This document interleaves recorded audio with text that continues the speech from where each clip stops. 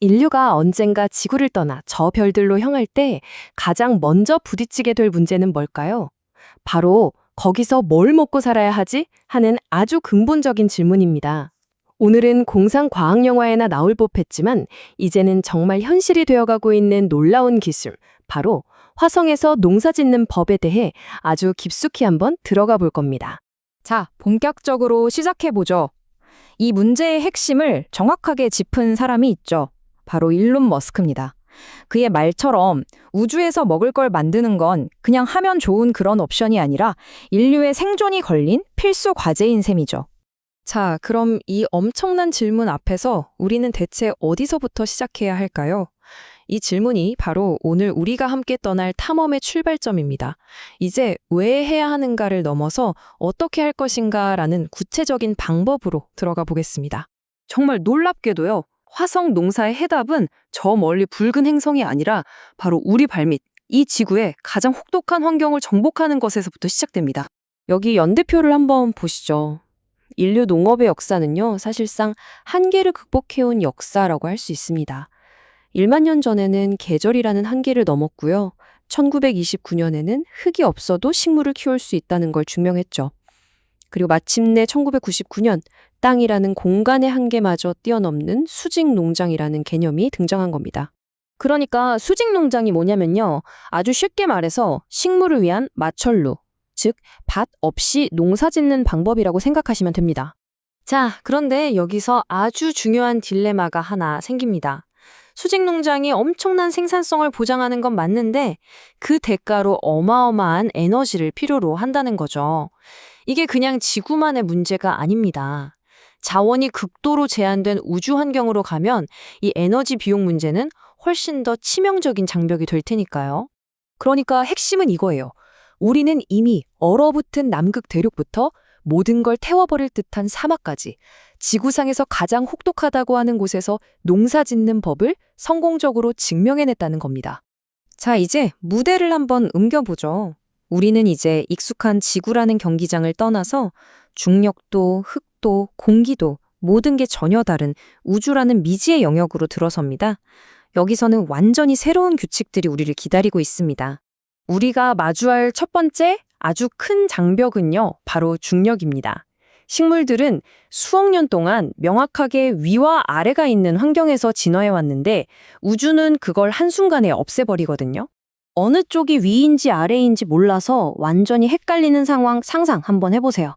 무중력 상태에 놓인 식물에게 바로 그런 일이 일어나는 겁니다. 뿌리는 아래로 가야 하는데 어디가 아래인지 모르고 줄기는 위로 자라야 하는데 어디가 위인지 모르는 거죠. 두 번째 문제는 바로 흙입니다.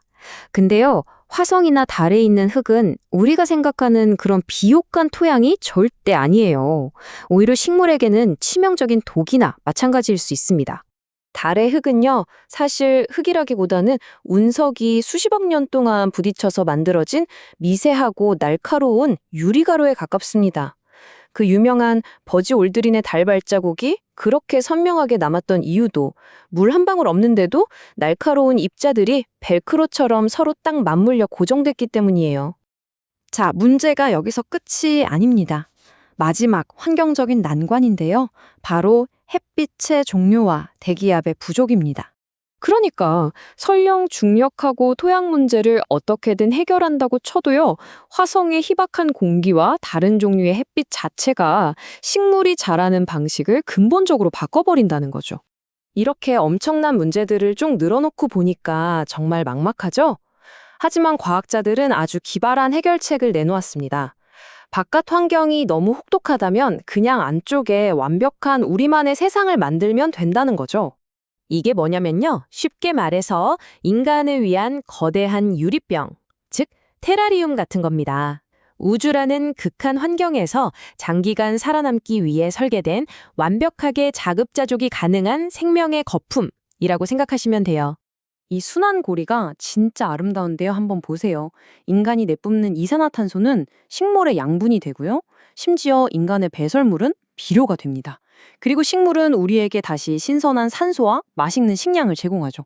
쓰레기라는 개념 자체가 그냥 사라지는 거예요. 완벽한 생태계입니다.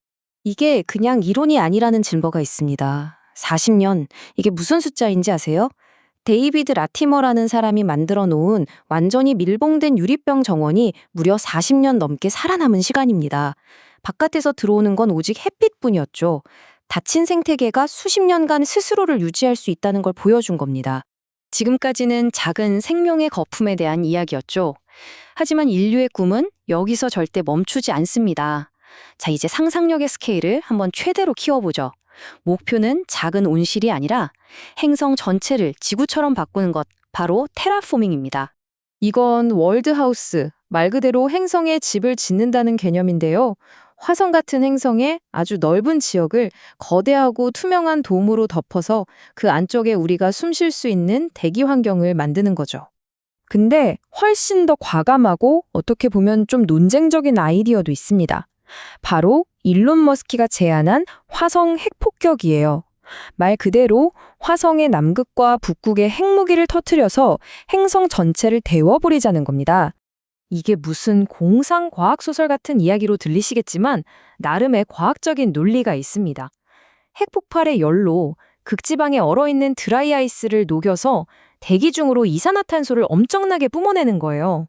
그럼 그 이산화탄소가 온실효과를 일으켜서 화성 전체를 서서히 따뜻하게 만들 거라는 계획이죠. 자, 이제 우리의 길고 긴 여정을 마무리할 시간입니다.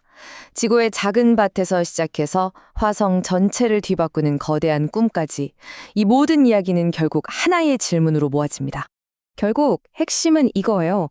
농업은요, 언제나 인류가 새로운 것으로 뻗어나가는데 가장 중요한 열쇠였습니다. 우리가 저 먼 별들을 바라보고 있는 지금 어쩌면 새로운 문명의 씨앗을 뿌리기 위해서는 가장 먼저 진짜 씨앗을 뿌리는 법부터 다시 배워야 하는 건 아닐까요?